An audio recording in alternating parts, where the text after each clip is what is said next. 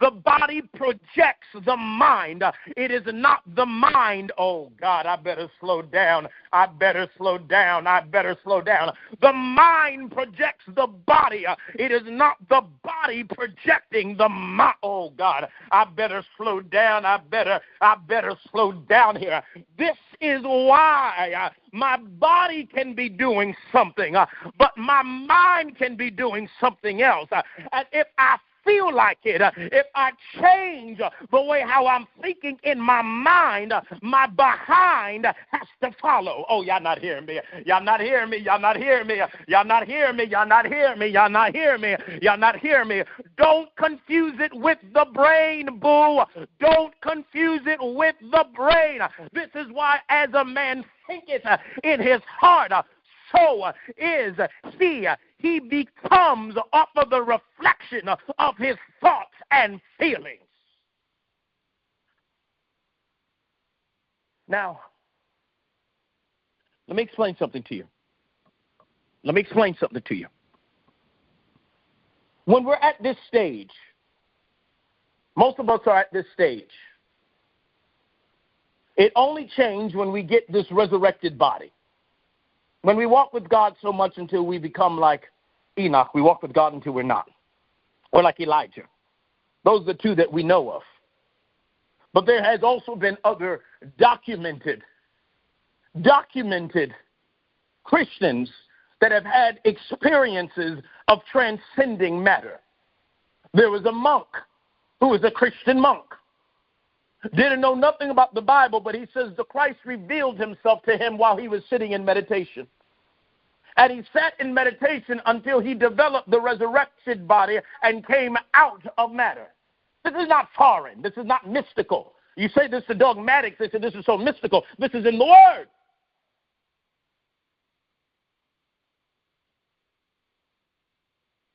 Now let me make sure you understand this.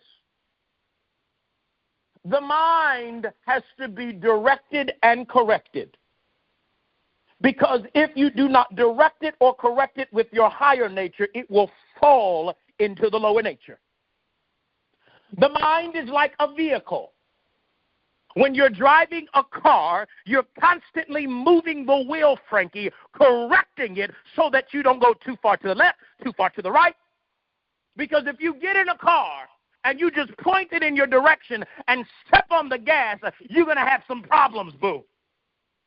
Oh, they're not sewing. I better stop teaching like this. I better stop teaching like this. I better stop teaching like this. I think there's some choking going on. I think there's some choking going on here.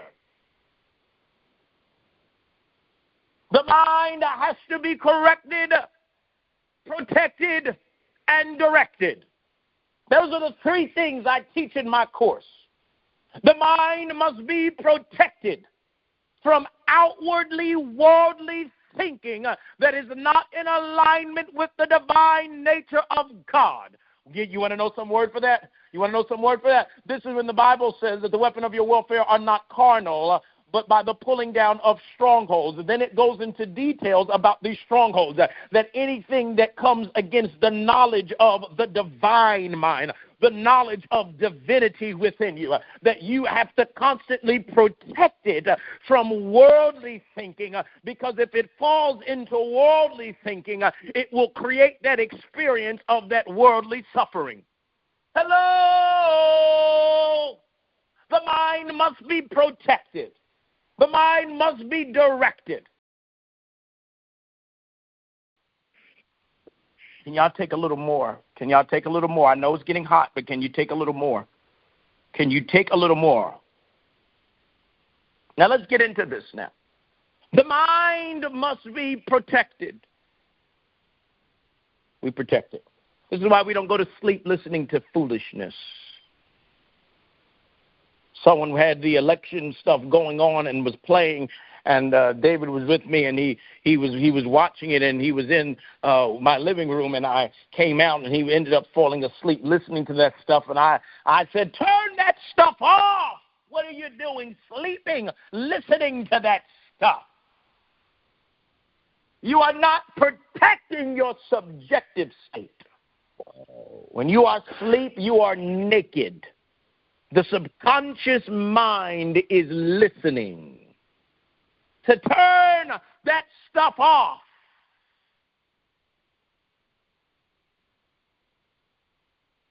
Years ago, I was out somewhere at the movies. And my friends, they know if they fall asleep in the movie, I'm leaving because I tell them it's dangerous. You don't want to put that stuff in your subconscious because it must be protected. Next thing you know, you are having some drama play out in your life that looks just like that movie. Because it must be protected. When you're driving a car, you constantly are redirecting it. You can point it in the right direction, but you have to keep on turning it, and you have to turn it this way and turn it that way. That is the same thing that you have to do with the mind. Until it becomes, I like this word, automatic. It takes time to develop that, people. When it becomes automatic is when the higher divine nature takes fully over. And usually when that starts happening, you are starting to bypass matter. Now, it takes time. I don't have time to go through the stages of it. This happens when you start entering into 4D and 5D reality. Most of us operate out of 3D and 4D. But there is a higher. There is a higher. What am I doing, Frank? That's too deep. Let me get out of that. Let me get out of that.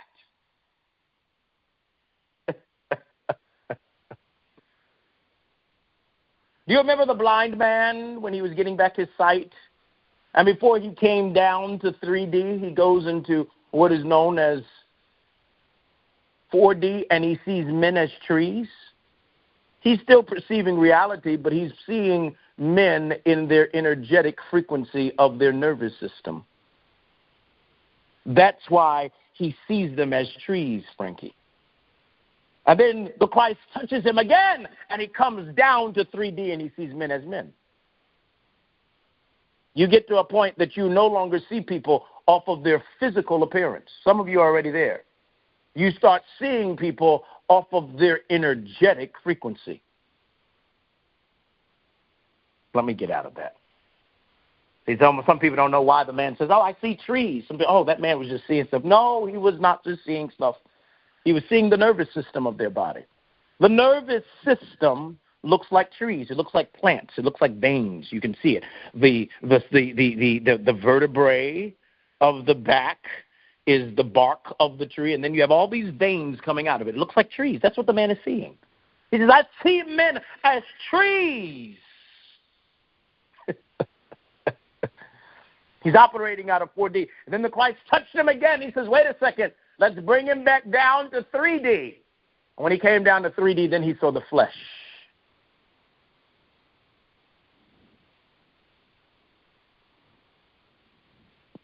Oh, is this getting too much?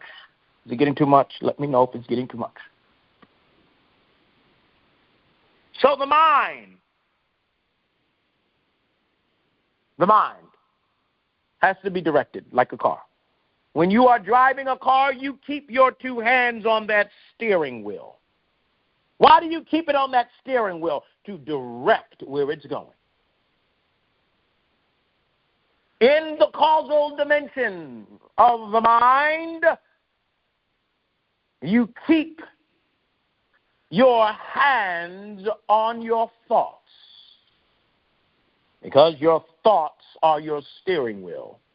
This is how you steer the mind.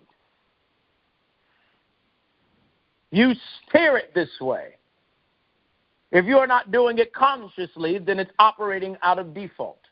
And when it's operating out of default, it is operating on what is known as its experiences. Stuff that it heard your mama say, stuff that it heard your ex say, stuff that it heard you go through and stuff. And it's very dangerous to be in default. Some of you are in default. I teach how to come out of default. And I can show you, when I do my deeper coursework, I can show you what time of day you're operating from default. Meaning you're operating in an unconscious way. You're not being conscious. I do a particular type of meditation where if you do this right, you will never have any of these type of issues that happens to people where they get different types of things or the disease of the mind that they cannot explain.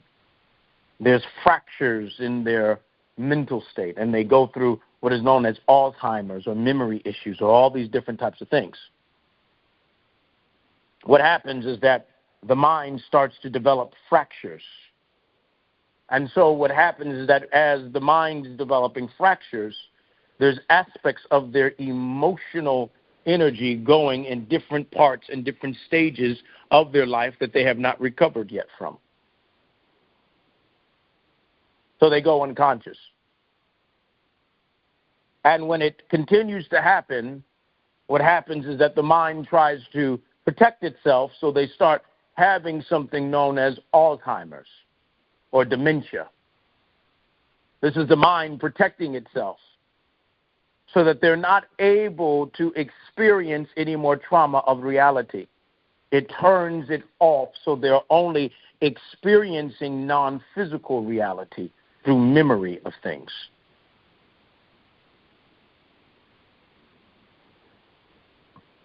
Can you guys handle a little more of this? Let me know if you can handle a little more. Let me know if you can handle a little more.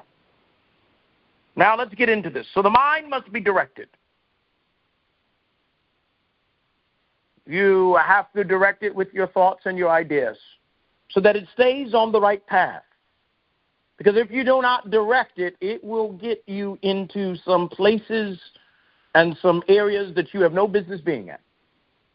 If you don't direct that puppy right, that puppy will start getting you into some places, and you have to say, wait, that's not where I want to go. I don't want you to take me back to my childhood and my trauma. We ain't going back there. It'll start taking you to the memory of your last relationship and the abuse you went through and the verbal abuse and the physical abuse. That's on the line. Don't sit on me. And you got to say, we're not going back there. We're not going back there. The mind does not know what is right or wrong. It only knows what it's being told. And so if you're feeling down and you're feeling depressed and you're feeling lonely, the mind will take you to other experiences of loneliness and depression. And you got to say, we're not going there. We are not going there. That is not the proper address I put in. You got to direct that baby, because that baby will take you to some places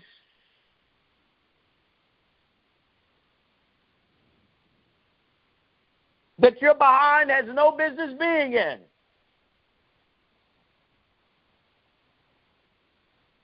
One time I was in New Jersey.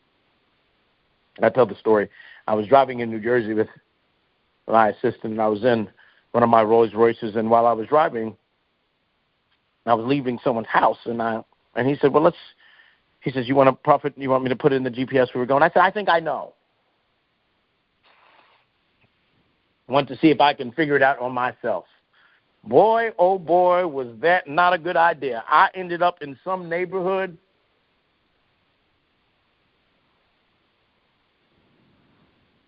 Now, you know me, I said, stop the car, I'm hungry. I said, Prophet, are you sure you want to stop here? I said, yes. And it was because I took one wrong turn. I took one wrong turn, and I ended up completely somewhere else. I took one wrong turn, and I ended up in a place where there was some mess going on.